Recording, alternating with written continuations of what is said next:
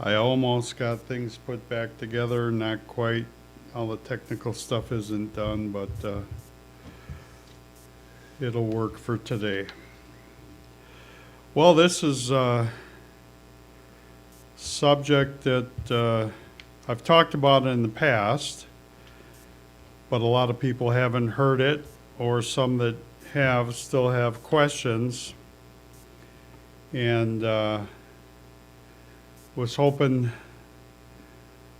wouldn't have to get into this today, but it's something that needs to be done. We like to put things off. It's not a fun subject. Normally, it's been several years since we talked about this, but I want to start out with a statement first of all. If you had someone or you know someone that you love cremated in the past, there's nothing you can do about it. I mean, it's happened. Most people, because this is a subject that a lot of people don't get excited about, they avoid it. They put it off. They don't want to talk about it. So yeah, I got opinions and other people have opinions, and they're like armpits. Everybody's got at least two. Or most people anyway. But either way, the only thing that really matters is what the Bible says. And it does talk about this subject. But a lot of churches, like I say, they just avoid it, and they don't, I got pulled into this years ago, kicking and screaming and fighting, and didn't want to do it, but I got tired of watching people I care about basically getting ripped off by the funeral industry, because most people don't make arrangements ahead of time. And then when you walk in the door and you tell them, or you call on the phone, so-and-so in my family died, can I come in and talk to you? They know you got to do something. And you got to do something that day. And the standard practice is cost times 3. They triple whatever their costs are on everything. And it started even before that, when Mary and I were married only a few days, or a couple years, not a few days, a couple years. Her dad died, and we went down to the funeral home with her brothers, sisters, to make arrangements and that, and I saw what they did. They upsold them on a lot of stuff. On the vault, they sold them, and I don't remember the prices, but today they might sound low, but back in the 70s, a few $100s was a few $100s. I think it was $250 extra for flowers embroidered on the lining of his casket. I'm sorry, but he died. He doesn't know there was flowers embroidered on the lining of his casket, but that was an upsell. And then on the vault that they sold him, his name engraved on it. Well, unless somebody's going to dig up the grave and rob it or something, and he didn't have nothing to rob. I don't know what that noise is, but oh, they're on the roof. Okay. Does the name really have to be engraved on the vault for $200 or $400 more? And it kind of bothered me, but we were young and we didn't have a whole lot to say about it. And but that was my first example with, what goes on. And not all of them are like that, but they're all there to make money, and you can't blame them. It's a business. And but all of that's opinions. Again, that's my opinion. And some people want that. And hey, go for it, I got some different views myself. But sometimes people get upset because somebody they care about very much was cremated. And it's like, oh no, did I do something wrong? Hey, it's just like anything else. If you've done something and you learned that, hey, there was really a better or a different way, you can't undo the past, but you can say, wow, I'm going to study this some more, or this makes sense to me. I'm not going to do this anymore. And that's what I want to present today. not condemning or this is wrong or these stupid people or whatever, what does God say about this subject and what does the Bible say? So, let's go on.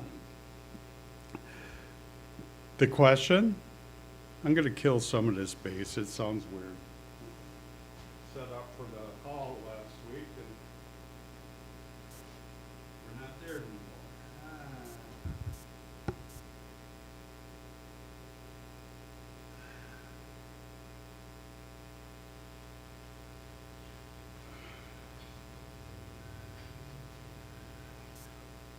All right, that's better.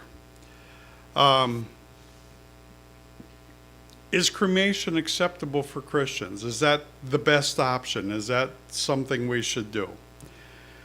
Give you a little bit of a history to start out with. Cremation was introduced to the Western world by the Greeks about 1000 BC. So 1,000 years before Jesus, that's when the Greeks introduced it to Western world. Corpses of the soldiers who died on foreign battlefields were burned and their ashes were returned to the families so that they could have a funeral. It was a lot easier to take some ashes versus the whole person, the body. And the Romans followed this Greek custom and cremated their military heroes. And the practice became popular among the people, but it ended about 100 AD. Cremation was common in Scandinavia due to a belief that it freed the spirit from the flesh. It has been practiced in India and in the East as long as any records exist. So we don't know for sure how far back it goes there, but that's your history part of it. Cremation was was rare in Western Europe until the 19th century. It was illegal in England until 1884. In the United States, in 1972, about 5% of people in 1972 were cremated. In 2025, the rate was 66.4%.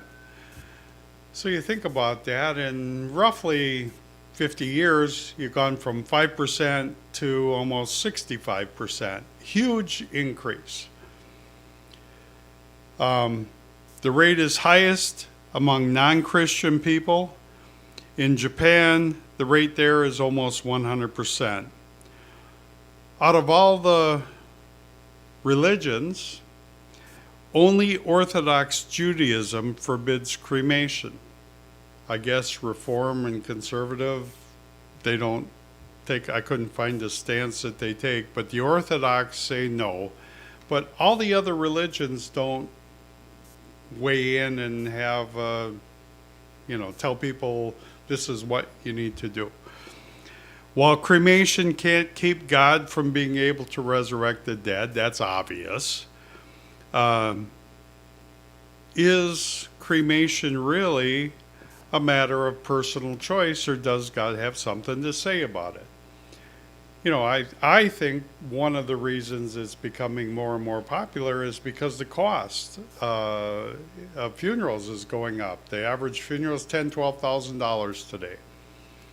And a lot of people don't have that kind of money, or, and even if you do, if you're the average person, that $10,000, $12,000 could go a long way towards the family, especially if there's kids involved, small children, things like that. But it's what people, so cremation is becoming more of a choice because it's half or less than half the cost on average. And but what's God say? Can we take a position? Well, I'm trying to tiptoe around this because it's an emotional subject for some people, but it has its roots as a pagan custom. Okay, that's where it began. So can you take a position that modern cremation is not linked to pagan customs? Well, a lot of people that keep the Sabbath will say, I'm not going to keep Christmas and Easter because that's really not Jesus' birthday, and he really wasn't resurrected on Easter Sunday, and that's all pagan, so we're not going to do that anymore.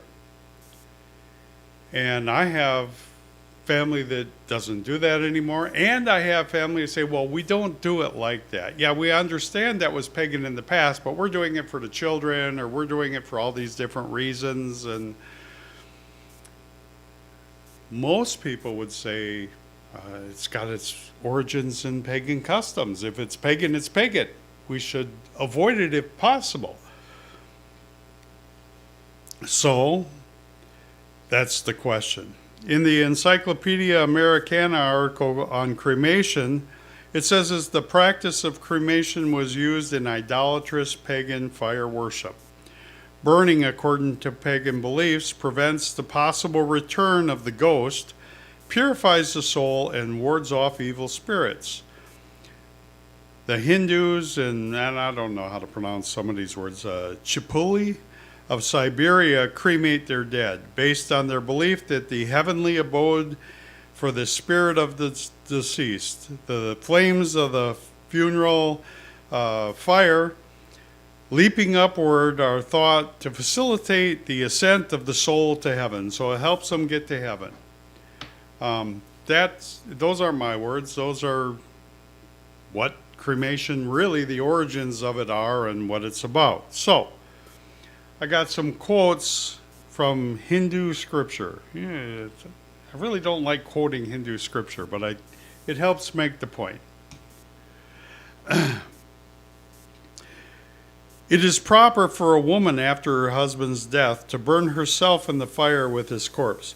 Every woman who burns herself shall remain in paradise with her husband 35 million years by destiny.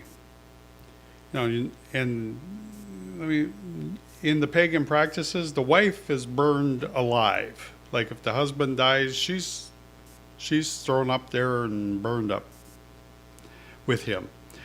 Another one, the wife who commits herself to flames with her husband's corpse shall equal Arthundai and reside in Swaga, which is heaven. Another one, according to her husband, she shall reside so long in Swarga as the 35 million of hairs on the human body. Wonder who counted those. Another one, as the snake catcher forcibly drags the serpent from his earth, so bearing her husband from hell with him, she enjoys heavenly bliss.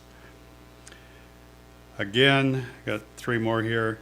Dying with her husband, she sanctifies her maternal and paternal ancestor and the ancestors of him to whom she gave her virginity. So this has something to do with their dead ancestors too. Such a wife adorning her husband in celestial felicity with him, greatest and most admired, shall enjoy the delights of heaven while 14 Indras reign. And last, though a husband had killed a Brahman, broken the ties of gratitude, or murdered a friend, she expiates the crime. So somehow her burning herself can pay and make okay the crimes that her husband committed. So these are some really wacky, far out ideas. Now, I would say that most Christians aren't thinking this if they are cremated and think about, well, this is my plans, I want to be cremated, whatever. But that's what the origins are from. So wanted to get that out in the open and push it off to the side. And let me ask you a question. Oh, it would help if I put that so people can't see this on the internet, because I don't have the computer and all that hooked up. So there we go. At least they can see. Well,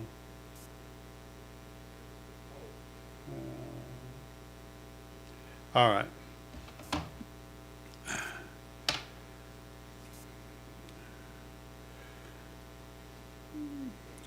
Sorry about that for those on the, there's more, a lot more, 3 times more people on the internet right now than are here.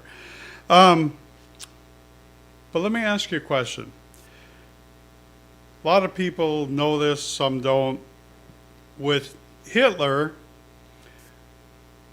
with exterminating the Jews, it was in the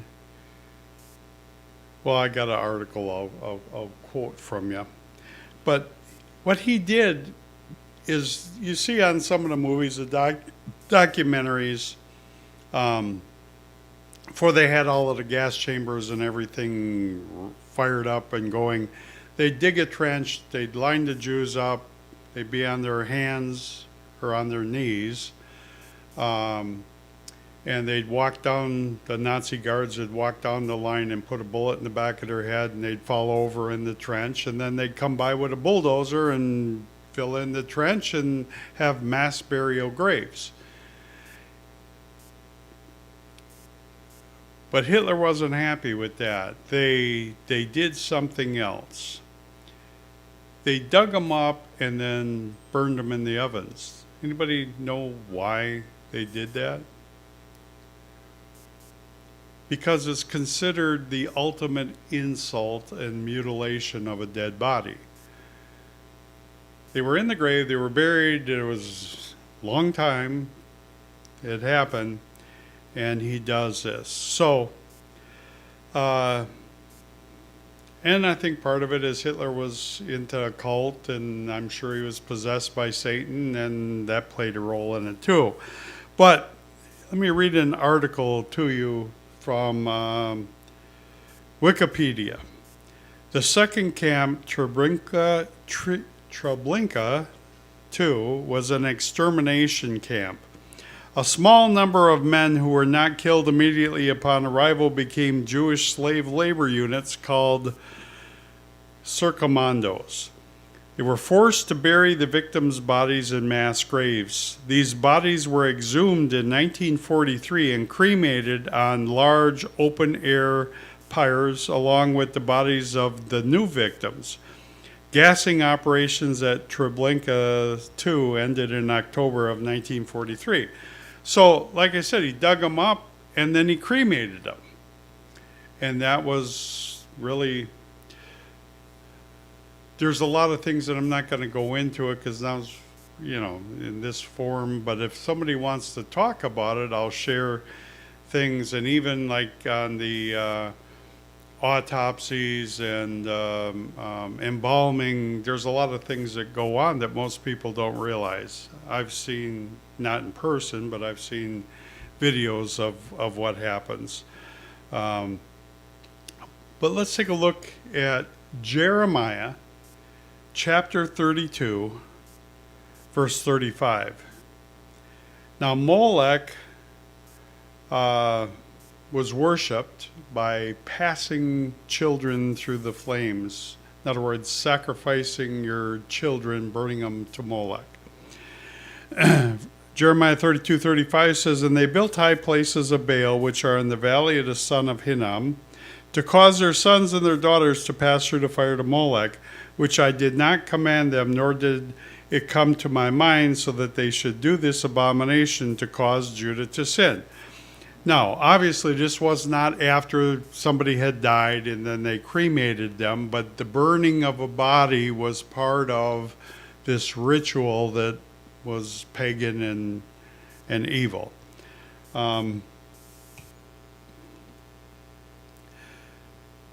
Let's take a look at Leviticus 18:21. It says, "And you shall not let any of your descendants pass through the fire to Molech, nor shall you profane the name of your God. I am the Lord." So again, he forbids this to happen. Now, these parents sacrificed their children, believing that the fire consumed and perfected them, preparing them for eternal happiness.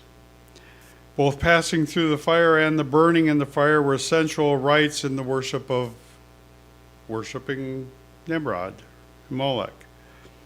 Now, Hinnom is southeast of Jerusalem, where Israel offered human sacrifices to Molech with fire when they were sinning, when they were doing things wrong.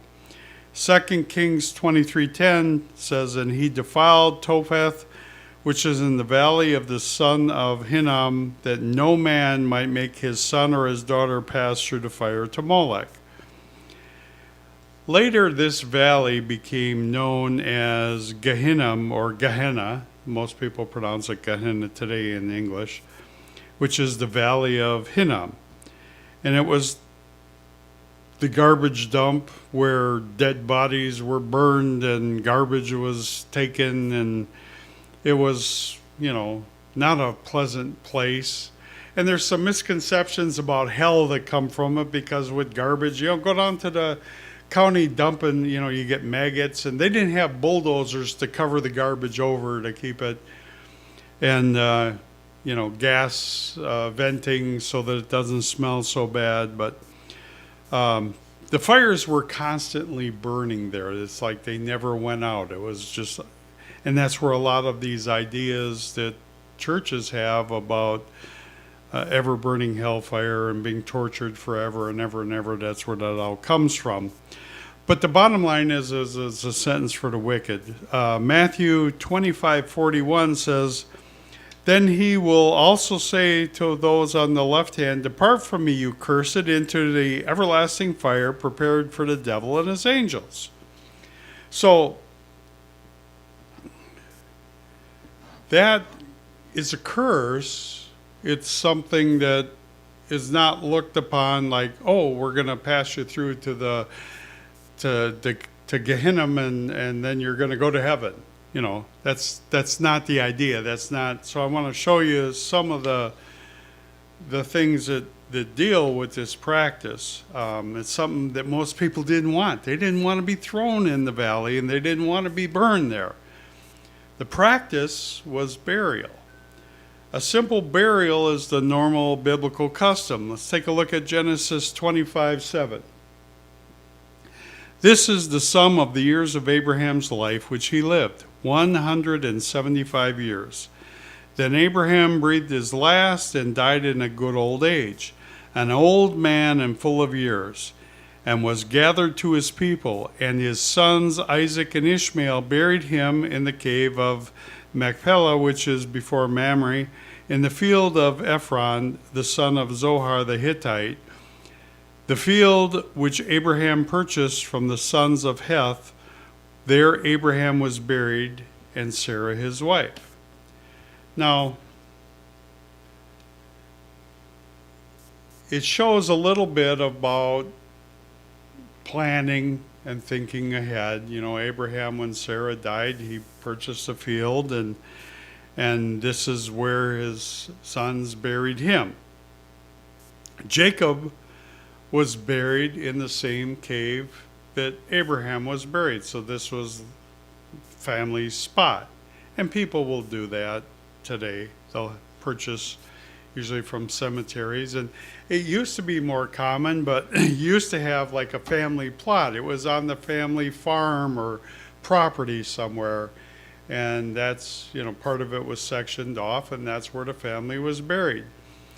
And today, for whatever reasons, the customs are very different. Now you pay somebody to come and take care of this for you, and they're happy to do it for you. It's a big business, and a lot of money is involved. When we were up at Chilhowie, Randy told us about a funeral. We got a guy that lives in Indiana, and he sells prepaid funeral plans for people in Indiana at a funeral home up there.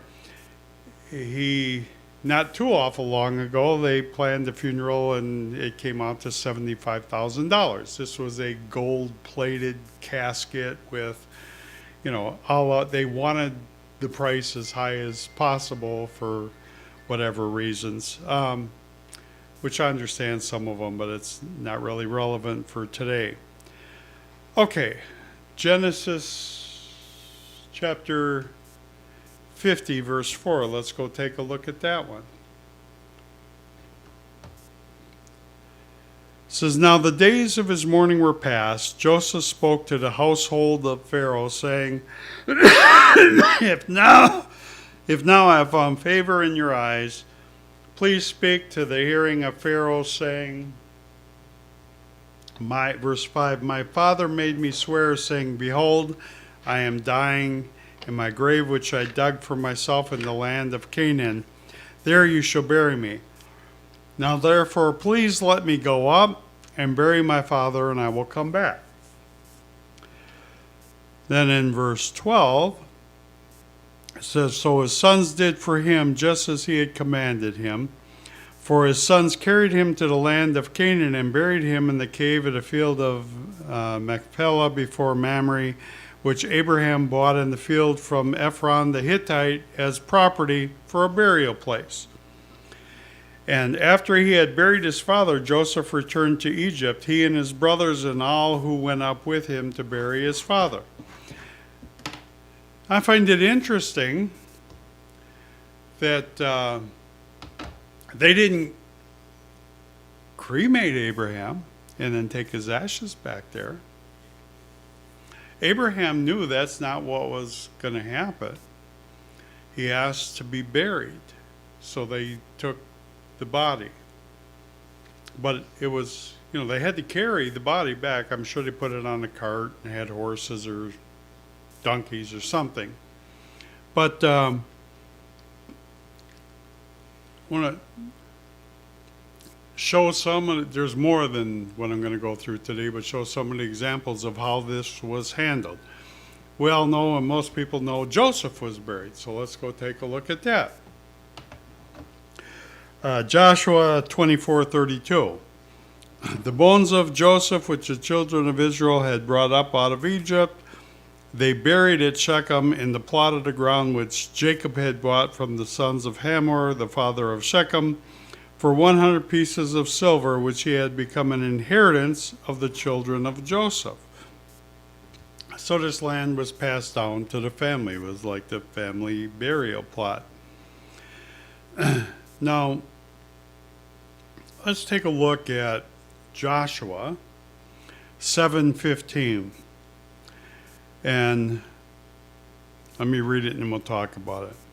"Then it shall be that he who is taken with the accursed thing shall be burned with fire, he and all that he has, because he has transgressed the covenant of the Lord, and because he has done a disgraceful thing in Israel."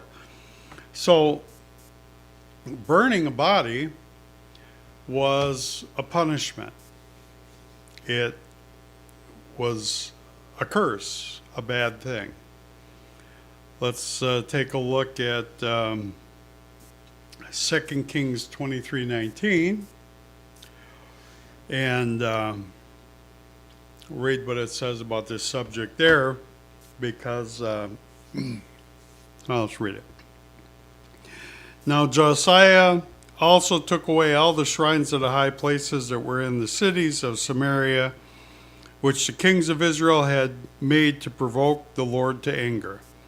And he did to them according to all the deeds he had done in Bethel. He executed all the priests of the high places who were there on the altars, and burned men's bones on them, and he returned to Jerusalem." Next one I'm going to read in Amos 2 verse 1. "God punished Moab for burning the king of Edom." It says, "Thus says the Lord, for 3 transgressions of Moab, and for 4 I will not turn away its punishment, because he burned the bones of the king of Edom to lime. But I will send a fire upon Moab, and it shall devour the places of Kirath. Moab shall die with I can't talk today. Talmud, with shouting and trumpet sound, and I will cut off the judge from its midst and slay all of its princes with him, says the Lord." So,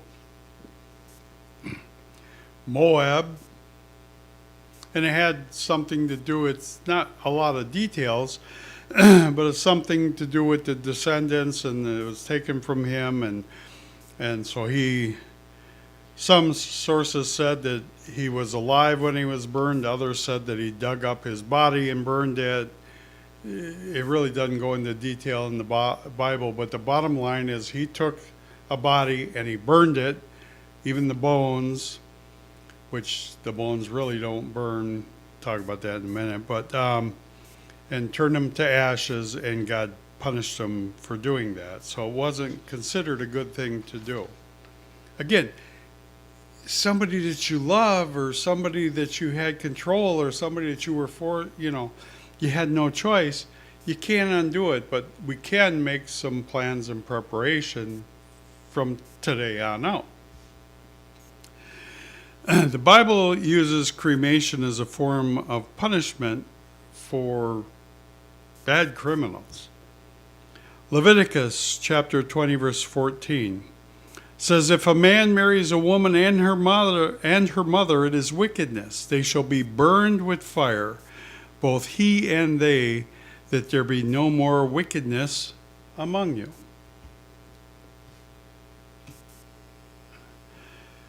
Leviticus 21:9, the daughter of any priest, if she profanes herself by playing the harlot, she profanes her father. She shall be burned with fire. So the priest's daughter, if she played the harlot, the punishment for her was cremation, burning with fire. And the last one I'm going to use as an example, like I said, there's more in here. Do some studying, do some searching. The lake of fire. It's not considered a good destination to be headed to. Revelation 19:20, then the beast was captured, and with him the false prophet who worked signs in his presence, by which he deceived those who received the mark of the beast and those who worshipped his image.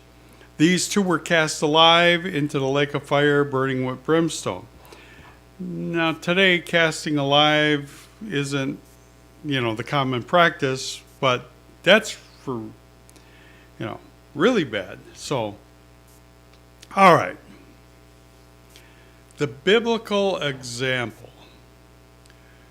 for caring for someone that you love and that you're responsible for is to bury them. You think back about all of the patriarchs of the Bible. They were all buried, including Jesus. That's the example that the Bible uses. The only example that someone was intentionally burned and cremated was as a punishment, or for somebody that was evil, or reserved for evil in the future. If you're not going to make it into God's kingdom, there's a lake of fire awaiting everybody that doesn't make it, and they'll be destroyed and burned. But the biblical example is to care for the person. You respect somebody, and you take care of their needs, and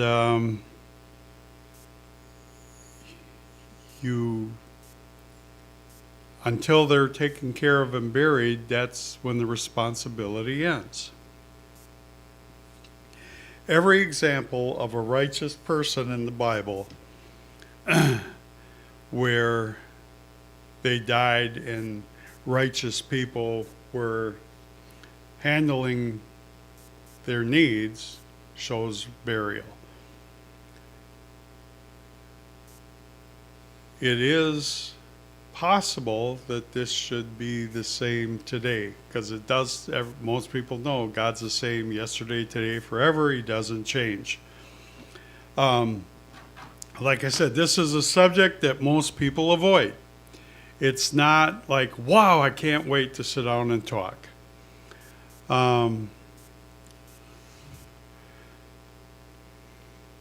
Took us about 5 years, but the church finally found some property that we could afford, and we have a church graveyard. Nobody's buried there yet. Probably Jackie will be the first one. I got to go up and talk to Sheila as soon as I leave here. didn't ever want to have to use it, but it's there. Because of the planning, if we have to, we can bury somebody for less than $1,000. If we really have to, we can do it for 200-300. If we're willing to go and get them from wherever they are and take them up to the graveyard and dig our own grave and build a, if they want a casket, build a pine box. If they don't want one, wrap them in a sheet, whatever. Real fun stuff to talk about. But the more I thought about it, when I got the call this morning, because I talked to Jackie on Thursday, and he said they were going to do procedure Friday, and then they were talking about letting him come home today. But they didn't do the procedure Friday because he was too weak, and his heart stopped this morning, and then they got it started, and then a few hours later now he's passed away. But the more people that know about this, even, say I want a funeral and I want open casket and that's a personal choice. Make the arrangements. And if you haven't, that's what you want, you really need to go and make those arrangements. You don't have to pay for it ahead of time. If you got enough money, just set some money aside.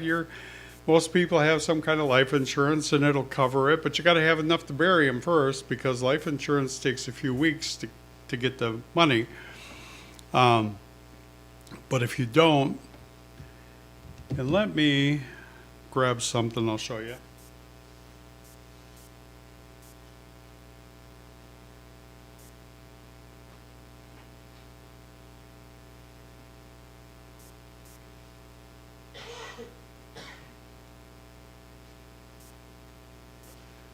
I told Jack that we needed to talk about it, and Sheila, and but I've got some forms. They're really simple, and anybody who wants it, I'll email it to you. Doesn't matter where you're at. It's called "In the Event of My Death." The first page is what you need to take to the funeral home, and it's got something. It's a little 4-page document. Says take this page to the funeral director. It's things that they have to know to get your death certificate. Your name, address, social security number, date of birth, all that kind of stuff. Children's name, where you were born, if you were in the service at all. Second page is important. People to contact. Do you have a will? Then financial information. Now, you just don't give this out, but put it somewhere safe where somebody knows where it is, because it's people that have tried to help. They died. Yeah, they had a bank account, they had a savings account, they had a retirement, but what's the numbers? Where's it at? Where's a, you can't ask the person if they passed away. So it needs to be recorded. So somewhere, like for me and Mary, we've got this all filled out, and our youngest daughter, she don't have access to it now, but she knows where it is, so she can get it, and everything is right there. Did you have life insurance, real estate? Where is it? Now, most people, it's one house, but not everybody. What kind of financial assets? And then the last page is really important. That's the one I want if you want me to help you. Type of funeral service. Do you want a casket? Yes or no? Is it wood, metal, fiberglass, other? A cardboard box? A sheet? Open or closed casket? Do you want a wake, a funeral service, a graveside service? Do you want to be embalmed? Do you want an autopsy? Do you want your obituary in the newspaper? Jewelry, like wedding rings. Does it remain on the person, or is it given to somebody? These are all questions that people don't really think ahead of time, but it really makes a lot of sense to know. Do you have a spot somewhere? What's the cemetery name? Where is it? And any kind of special instructions. The church, like I said, last year, a little over a year ago now, and it's up there on the screen. I'll zoom into it for people on the internet. It's nothing fancy, but there it is. We named it Resurrection Acre. And it's not a groomed golf course. It serves a functional purpose. If we need to, we can bury somebody and take care of them inexpensively. And I didn't want to use this for a long time, but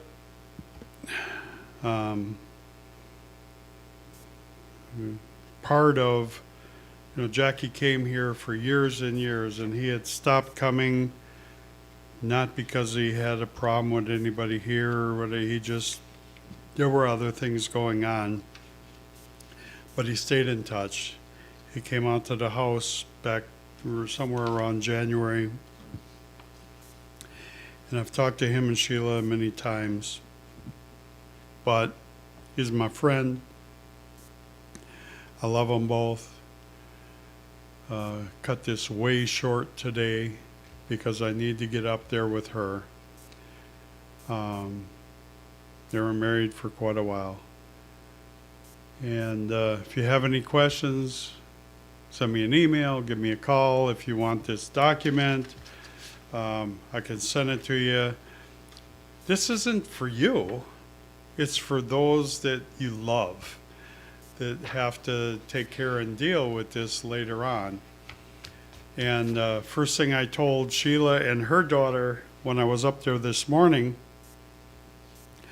I said, we can do this and we can do this inexpensively, but I'm not gonna get into a conflict with his family. You are the wife. This is your decisions. I told her a little bit about if things didn't turn around or if he passed away, what some options were.